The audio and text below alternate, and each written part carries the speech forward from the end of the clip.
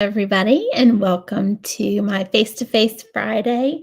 Happy Earth Day to all of you out there. And I'm going to get outside today and enjoy some awesome walking weather with my dog, Sammy. So we'll do that a little bit later today. But I wanted to share with you something um, today that I have a lot of clients that ask me about, and that is how to navigate weight loss when you have children in the house, especially teenagers who are all tapped into all kinds of social media and advertising and places that we don't even see.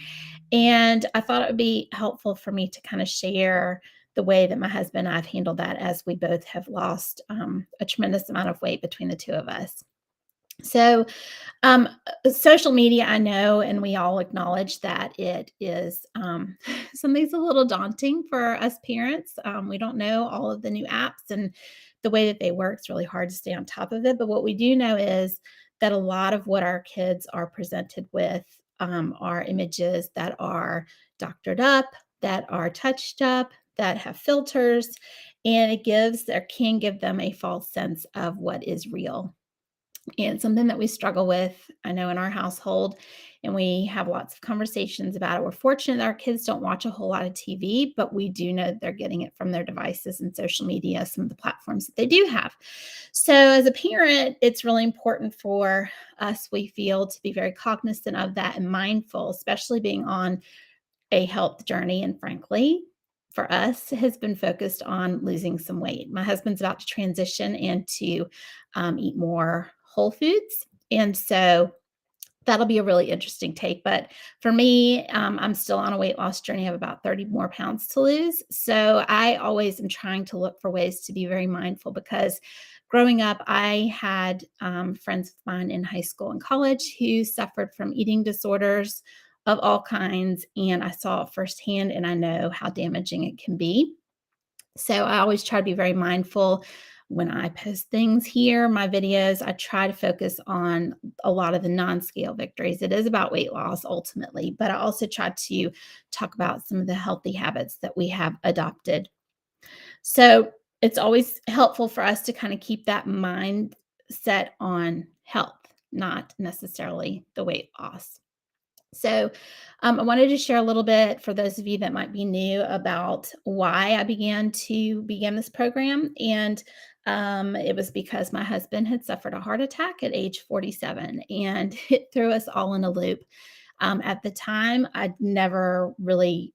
I know that I was heavier, but I didn't ever want to look at the BMI chart to really come face to face with the fact that he and I both were at the time morbidly obese. That is very, very hard for me to say, even to you guys, but it's the truth. And until I recognized that, it didn't catapult me into action.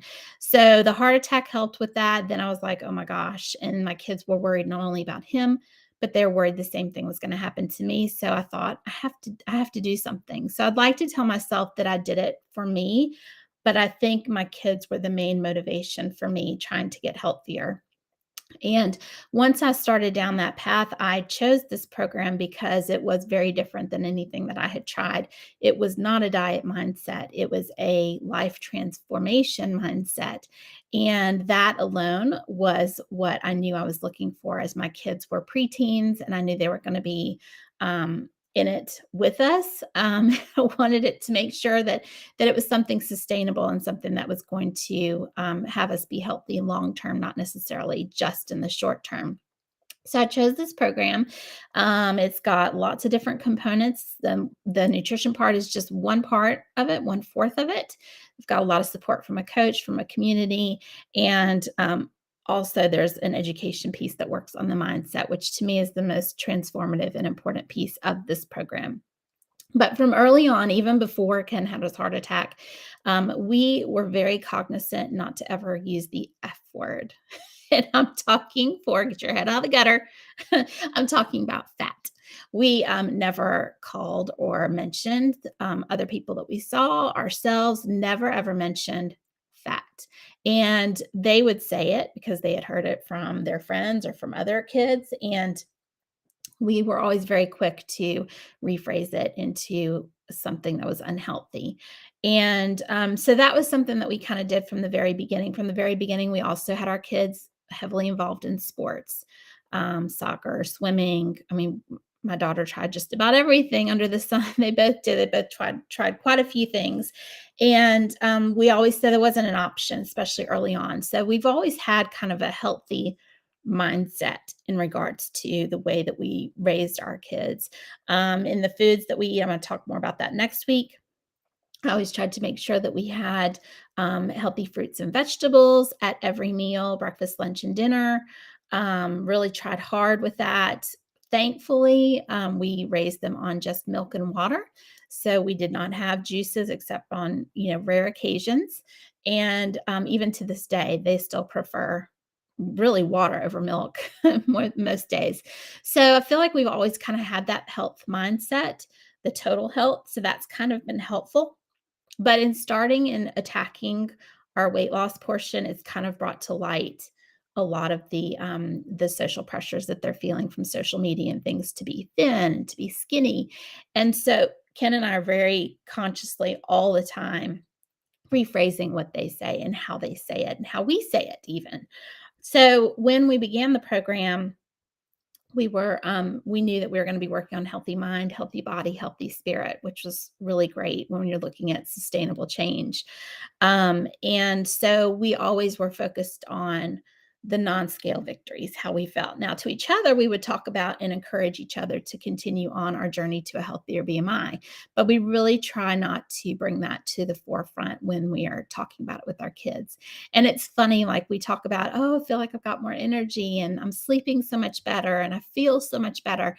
And they now have kind of caught on, whereas before they would say things like, oh, mommy, I can put my arms around you when I give you a hug, or, oh, you're getting so skinny. And I'm very quick to rephrase that into, gosh, I feel so much better. Like my clothes feel so much better. And I have so much more energy and I'm more positive. And that kind of thing. So I just kind of turn it around into something that is more of a non-scale victory kind of thing.